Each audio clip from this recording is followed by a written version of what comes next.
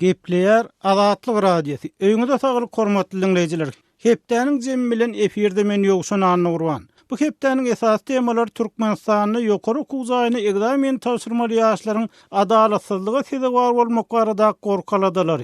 Aşgabatyň Garadama gaýlawyna günlükçilik gözleýän işçileriň barha agyrlaşýan ýagdaýlary, Türkmenistanyny intellektual eýçiligiň goragy ýa-da ogurluk aýdym sadylar. Türkmenistanyň dükan barlyklary barada boldy. Şeýle bu hepde daşary ýurtly çilimkeşiň Türkmenistanyň tejribeleri iň köp okulanlaryň hatarına girdi. Aşgabat açyk rahmet duadary atly fotosergimiz Türkmenistanyň mediada atlyk indeksi. Atly ýürüş ýaşaýjylar janly diwary öwrýär atly videolarymyz bolsa köp tomoş edilenleriň arasyna girdi. Türkmenistanyň ýokary okuwjagyna girmekçi bolýan ýaşlaryň bahana bilen egzamenden ýykylýanyny barada söhbetdeşlik bolsa iňkan tesvir ýazylanlaryň arasyna girdi. Ma'lum bolýaly, şunlar Türkmenistanyň mekdeplerine 25-nji maýda boljak soňky jaňa taýýarlyk görülýär. Şondan soň ýaşlaryň bir bölegi hünär ýokary ilim almak üçin okuwyny dowam etdirmeli. Emma Türkmenistanyň Sowet ýyllaryndan bäri ýokary okuwda para peşkeşiň tanışlygyň bardygy adalatsyzlygyň giň eýranlygy aýdylýar. Azatlyk radiosu bilen söhbetdeş bolan ýaşlar hem bir ýagdaý tasdik edýärler.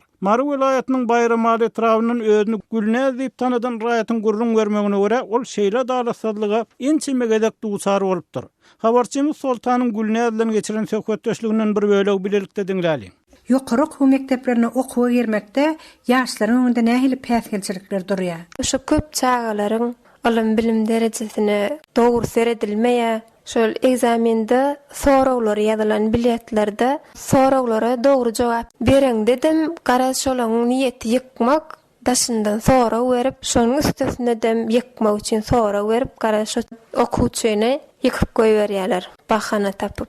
Soňam şeýdip okuwçylara men özüm ýykyldım diýip, gol çekdip, ýa bolmasa helä ederin zat diýip şeýdip şo çağalar ýykýarlar. Näme şol liseýlerde bolýarmy şeýle ýagdaýda ýokary okuwçaýlarynda? Ýokary okuwçaýlarynda elbetde. Liseýlere ol pulun berýän, okuýan. Elbetde şo ýokary okuwçaýlarynda bolýar. Şeýle ýagdaýda ýaşlar nähili duýular başdan geçirýärler. Şeýle ýagdaýda ýaşlar şol öňkü höwesini badaga tilýär, okuwa girmek höwesi gaçyp, güýçli ýaşlarym okumasyny goýup şoňal ýagdaýlar bolýar. Şu egzaminden geçilmedik ýagdaýyňyzda, haýsydyr bir soraga jogap bermedik ýagdaýyňyzda, şu öz nägileliňizi bildiren dokman ha ýoldaş mollem, men plança soraga jogap berdim.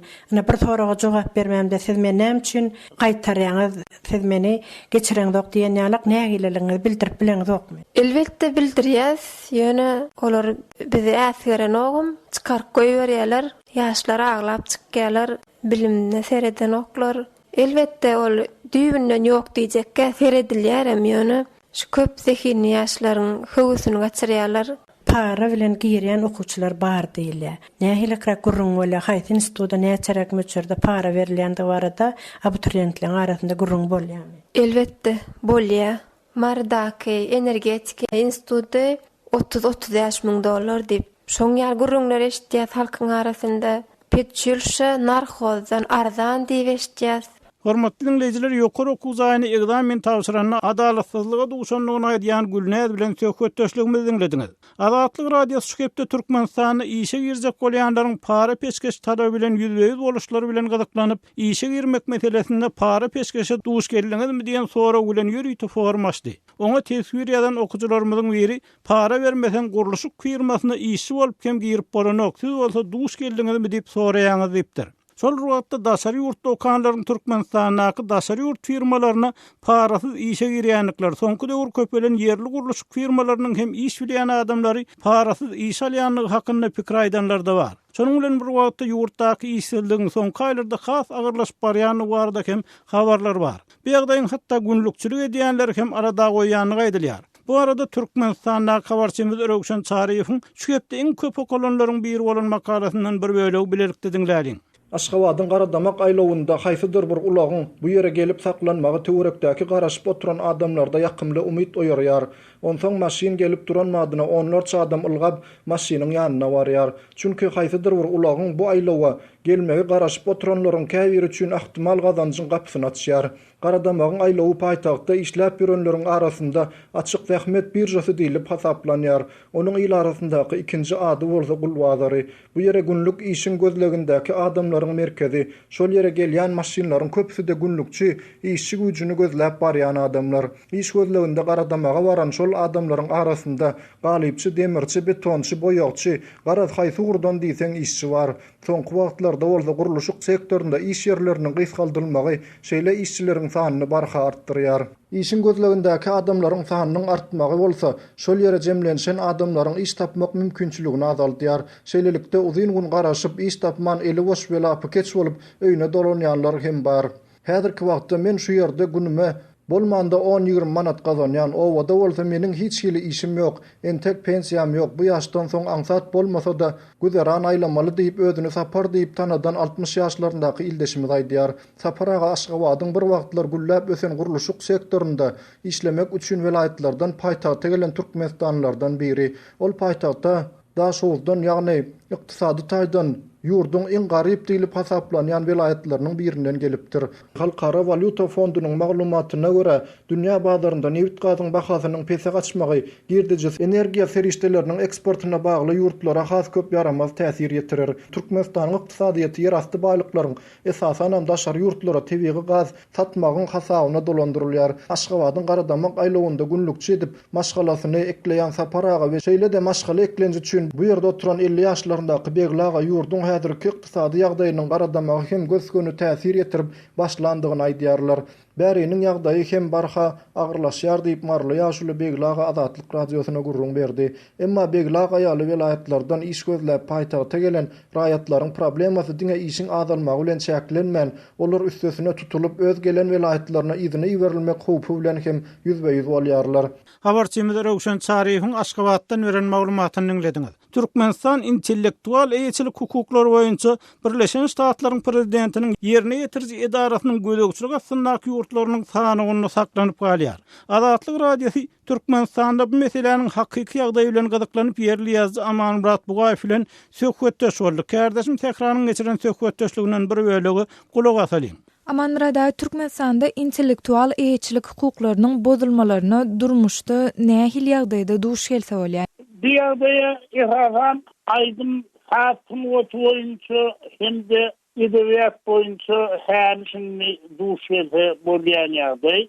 Aýdym boýunça aýdary sözlerim ogurluk bolýan, soňky döwürde döredildi diýilýän aýdymlaryň sazlaryň tas ähli diýen ýaly ogurluk bol. Ya klasiki hatym otundaky eserleri kimdir birinin eýçiligi yglar edilýär, ya bolmasa daşary ýurtly saz eserleri. Raýatyda bunnogor türkü dünýäsi boýunça saz eserler türkmen awtorlarynyň eýçiligindäki, ýani olaň göreden saz eserleri diýip yglan edilýär. Aýdaly türkmen epaslary, türkmen bestarlary boýunça da ýoýulmalary, ogurluklary tärisini duşda bolýar. Amanmurada intellektual eýçilik hukuklarynyň goraw üçin ýürite kanun hem bar diýip bilýäs. Onuň iş ýüzünde hereket edilişine nähili? İş ýüzünde ol kanun hiç ýerli hereket eden ok. Şeýle kanunyň bardygyny ýatlanoklar, hatda ol ýerde beýleki eserim ogurluk eserdigini aýdyp çennan hukuk goraýjy edaralara ýüz tutmagyda ýaşuly bir ikisetirin bir goşyň ogurlaryny diýip agdedip görmäge utanokmy diýip hukuk goraýjy edaralaryň iş ýerleri hem özüň tonurýarlar. Hormatly dinleyijiler, ýazgy Amanmurat Bugaýew bilen söhbetdeşligi dinlediňiz.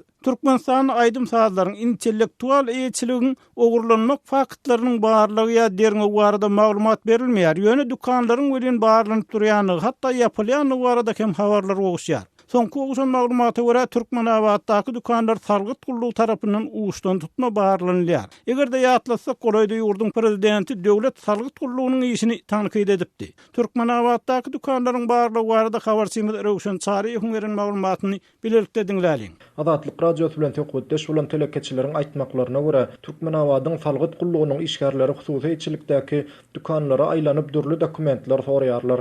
Sargyt inspektorlarynyň ýanynda Aşgabatdan gelendigi edilýän ýokary wezipeli hökümet işgärlerim bar. Talgyt inspektorlarynyň dukandarlara, talgyt inspektorlarynyň öz işine bolsa, olaryň ýanynda paýtagtdan gelen şol ýokary wezipeli adamlaryň gözegçilik edýändige aýdylýar. Görnüşine görä alada juda çynlyky ýemeňdiýär. Öňler talgyt inspektorlar gelenlerinde bize jerime salmaýardylar. Olar kemçiliklerimizi aýdyp olary düzeltmegi talap edip ulalaşyp gidýärdiler. Bu gezek bolsa näme sebäpdendir uly jerime salýarlar. Maňa salynan jerime dukanynyň bahasyndan hem ýokary diýip özüni Hanmurad diýip tanadan 50 ýaşlaryndaky telekeç aýdýar. Hanmuradyň şäheriň çeträgindäki sewitleriň birinde kiçeňrek dukany bar. Ol şol töwerekdäki hojalyklary gündelik garytlar bilen üpçün edýärdi. Ol onuň ýeketek eklenç çeşmesi. Bu jerimeden soň ol dukanyny ýapmaly boldy. Hanmuradyň dukany salgyt patendi bolmanlygy üçin ýapylan bolsa, bu ýerde dukanlary ýapylmadyk, emma oňa derek agyr jerime tölemeli edilen telekeçiler hem bar.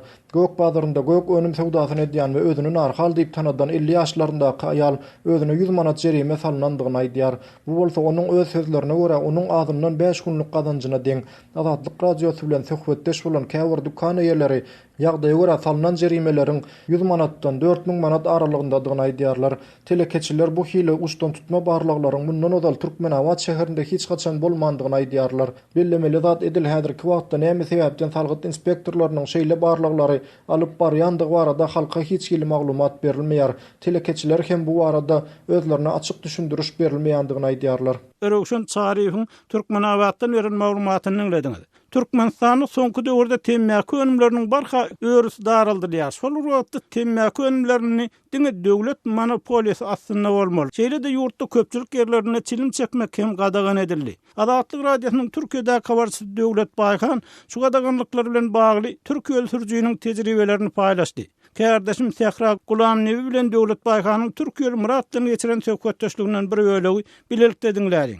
Türkmenistanda çilim adagynyçylygy bilen baglanşykly nähili ýagdaýlara duçar boldyňyz? Şimdi benim başıma gelmişti. Türkmen başında Avaza'da gece saat tam 22:30. Markete gidiyorum, giderken... Men Türkmen başydaky Avaza'da çilim adagançylygy bilen baglanşykly bir waka duçar boldum. Gece saat 20:30 ýagny 11-iň ýaryna azyk önümlerini satýan dükana çilim çekip gidip barýardym. Dükana girmeden ol çilimi söndürdüm welin şol mahal goloýumdan bir ses "Bärik gel bärik" diýdi. Öwrülüp seretsem polis ekeni. "Näme boldy, näme etdim?" diýsem "Çilim çekdiň, düzgünü bozdun. Hany ýör polis merkezine giderliydi. Menem hawa çilim çekdim we çekken, şoň üçin gitmeli bolýan bolsa ýörüp giderliydim. Oň ýyna düşüp polis merkezine gidip barýakam, öz konsulluğumuza we Türkiýedäki maşgalama telefon edip ýagdaýy habar berdim. Ýöne şol wagt telefonumyň pulu tordy. Soň polis merkezine baramyzda maňa Türk konsulluğundan bir denan jaň etdi. Polisler haýdap bir topor kağıda bir giden zady ýazmaga başladylar. Menem näme boldy? Gata alжyradyňyzla, näme adam öldürdünmi diýip soradym.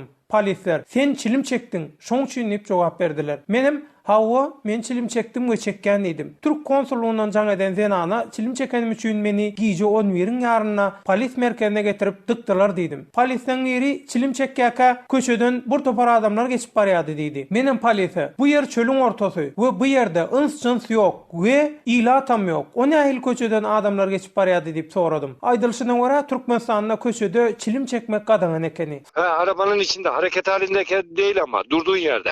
Elbette düşündürüş bilen bir topor kağıda bir zatlar yazdılar. Ýöne olary resmileşdirmediler. Ana haşa edip sıptım çilim çekenim üçün äkidilen Türkmen polis merkezinden. Başka bir odaya çağırdı beni. Gittik dedi sen dedi bizim prezidentin kanunlarını yok mu sayıyorsun dedi. Hormatly dinleyijiler, Türkiýeli ýukulagynyň sürüjüsi Murat bilen söhbetdeşlikden bir bölegi dinlediňiz. Eýsem bu meselede sizde nähili tejribeler bar? Azatlyga ýazyň, söhbete goşulyň. Men ýokşuna anlaguran şunuň bilen hepdäniň jeminiň birinji bölegini şu ýerde tamamlap nowaty Türkiýede kabarçymyz Döwlet Baýkany dünýä türkmenleri gepleşigimizde berýär. Ýene-de efirde duşýança hoş sag boluň, azatlygyň tolkunlaryndan aýrylmaň hormatly dinleyijiler.